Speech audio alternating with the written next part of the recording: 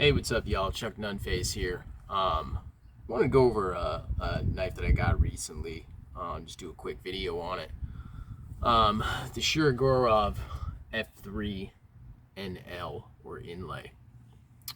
Wasn't really looking to get another F95.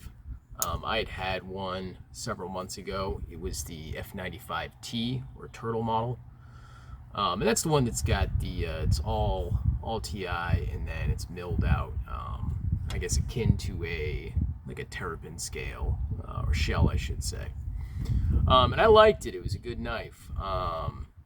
But really when I was kind of deciding what I liked and disliked along the Shirogorov line, I had really come to the conclusion that in this blade profile, in this blade shape, or size, I should say, that I really prefer the F3, the liner lock version. I like the grip, the feel in the hand, the thickness of the scales, and it just really kind of checked a lot of boxes for me. And so I didn't think that I would really care to get another F95. However, you know, I was looking on, well, I wasn't really looking, I was just on blade forums. And in the Shirogorov showcase, one of the members there, Officers Match, had one of these. This exact model right here, the F95NL with the maroon micarta inlay. And I really like the look of it. Now, I wasn't trying to get one necessarily. It was just one of those knives that I kind of I looked at it and I said, wow, that's a really nice one. I like the look. I'm a big fan of micarta, always have been. If you follow my Instagram, you'll see I tend to gravitate towards that as far as like scale material goes. And so I really liked it. But, you know, that being said, I wasn't really looking to pick one up myself. But in any case, the opportunity came up to snag this one, and I did. And to be perfectly honest, I couldn't be happier. I really couldn't be more pleased with this model. This particular one is S30V. And so they have NLs and S30V. I've only seen this particular one in S30V from the new releases. I don't think this is very old. I think this is maybe a year old, possibly two at most. But most of them are LMAX in this kind of entry-level configuration. And so I kind of like the fact that it's an S30V. I think it's a little different. I know they do have this exact model in this configuration in LMAX, and so I think it's cool that I was able to get one in S30V. Performance-wise, I don't know. Maybe LMAX is a little bit better. Maybe it isn't. I'm probably not going to hard use this thing or anything like that, or I'm really going to put the edge to the test. But if we're being honest, S30V probably gets it done for most of our everyday needs.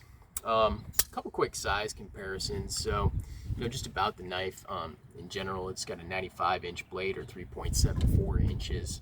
So F95, 95 millimeter, not 95-inch blade. That'd be a little crazy. So just a couple usual suspects here. There's the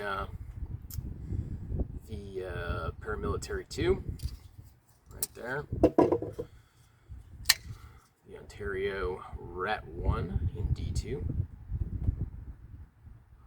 Looking at that right there. What else we got here? There's its cousin, the Shirogorov F3. So I don't know if you can see that right there, but just there's a difference in thickness on the scales. The F3 obviously being a liner lock version. But other than that, essentially they're the same knife profile-wise. And let's see, the Chris Reeve knives, large Sebenza 21. Very similar carry profiles. I think this is a 3.63 inch to a 3.74, so what is that, 10, 11 millimeter difference in the blade length. Very similar carry profiles. Very similar to the Chris Reeve. And just because this was in my pocket today, the Spartan Harsey folder. This one's blacked out blade. Pretty cool. That's a favorite of mine as well. Spartan Harsey folder. So yeah, really pleased with this. Really couldn't be more pleased, honestly. I really didn't intend to hang on to this. I thought I'd just kind of check it out for a couple of weeks and then just call it a day, move it along to the next person. But as time's gone on, and I've carried it and I've used it a little bit. I haven't used it that much, but just carrying it, I've really kind of grown to love it. It's got that typical, which is actually already going away, but Shirogorovs, a lot of them have, especially their frame lock models, they've got a little bit of a stick, a little bit of a pop. It's nothing intense. It was a little more intense when I first got it, but it's basically non-existent at this point. Just a little bit of stick, and it's not the type of stick that's problematic. Sometimes you get a knife with lock stick and you got to wedge a screwdriver in there to get it over, and it's a real problem. But it's not the type of lock stick that's problematic at all. It's got a nice lock up. Everything looks good there. I mean, the action on these. This is single row bearing system, so it's not the MRBS, but I mean, I really, I don't think there's a bearing flipper model that's going to have a better action than a Shirogorov. I've had a Koenig Arius. Some people say Koenig. I say Koenig because that's the way it's pronounced here. In Texas, that K-O-E, that's going to be a K sound. Maybe I'm wrong on that. Everybody else seems to say Koenig, but I've had the Arius. Now, granted, I had a Gen 2, and I know the action on these is often compared to the Koenig Arius. This is better. Now, maybe the Gen 4s. I've never handled one of those, but maybe they've improved it. I mean, it's not vastly superior. It's just a little better. I mean, that type of close is just super smooth and super hydraulic, and just, I mean, you really can't ask for anything better when it comes to an action as far as closing goes. Some people may say the Grimsmo, Norseman, or Rasp, but frankly, you can miss me with that. Now, granted, I haven't held one in hand, but what I've seen, on Instagram and everything else, and YouTube videos, is it's just a really extreme guillotine action. And quite frankly, I don't think it takes a whole lot of skill to execute that. Bearings are extremely forgiving. But if you're going to tension everything right within the lock bar and do everything just right, so you don't have that guillotine, you've got that slow, controlled drop. That's basically perfection. If that's the type of action that you're looking for. I mean, I don't think it could possibly get much better than that. And obviously, a good opening action is going to be more important than a closing action. And this, I mean, it's got that in spades.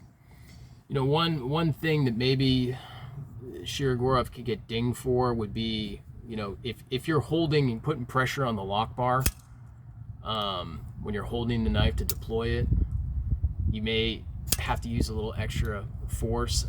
It doesn't really take all that much to kind of retrain yourself to keep your fingers out of the way, but even if you don't, it's not that bad. Now, you may get some accelerated wear on the stop pin or in the blade stop itself, if you're constantly having to overcome that extra tension from your hand or your fingers being on the lock bar. But I mean, it really doesn't take long to just kind of figure out to keep your fingers out of the way. It's pretty simple. So, I mean, all said and done, this is a knife I'm really glad I picked up. Like I said, I didn't think I was gonna, definitely wasn't in the market for another F95, but really glad I ended up snagging this one when it became available. Really pleased that I did. So it's probably gonna end up being a keeper for at least a while. Let me know what you think in the comments. Go ahead and like and subscribe. Click that little button down there in the corner. Go ahead and subscribe to the channel. Follow me on Instagram at Chuck_Nunface. Leave me a comment. Let me know what you think. Do you prefer the F3 over the F5? Are you a bearing guy or a washer guy? I mean, I know Shirogorov is often called the Chris Reeve knives of Russia, and I think with good reason. I mean, they're both pretty much, for what they do, they execute about as perfectly as you can when it comes to their respective styles and how they're doing it. So let me know what you think. Thanks for checking it out. Peace.